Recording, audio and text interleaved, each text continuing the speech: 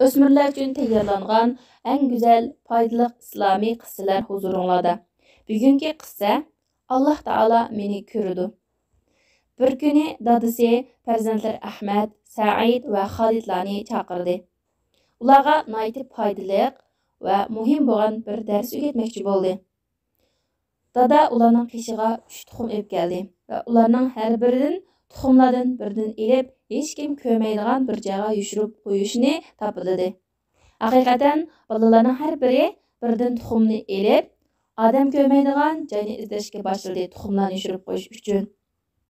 Ahmad tuxumni elib yotoq uyga kirdi-da, hech kimga ko'rsatmasdan uni kiyim ishkobining ichiga yushirib qo'ydi.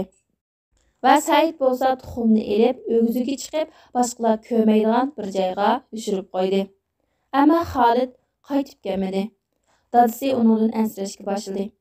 Bir qancha soatlar o'tgandan keyin Xolid qo'lida tuxumni ko'targancha uyga qaytib keldi. Dadasi undan "Sen nimishqa tuxumni odam ko'rmaydigan jiroqroq bir yerga olib yushirib qo'ymading?" deb so'radi. Xolid javob berib mundoq dedi: "Men qayerga boray? Haman Alloh Taala meni ko'rib turayotganligini, so'zlarimni anglab turayotganligini his qildim. Shuning bilan men yushirib qo'ygudek bir joy topolmadim" dedi. Dadasi o'g'lining bu javobini anglab shunda xush bo'lib ketdi.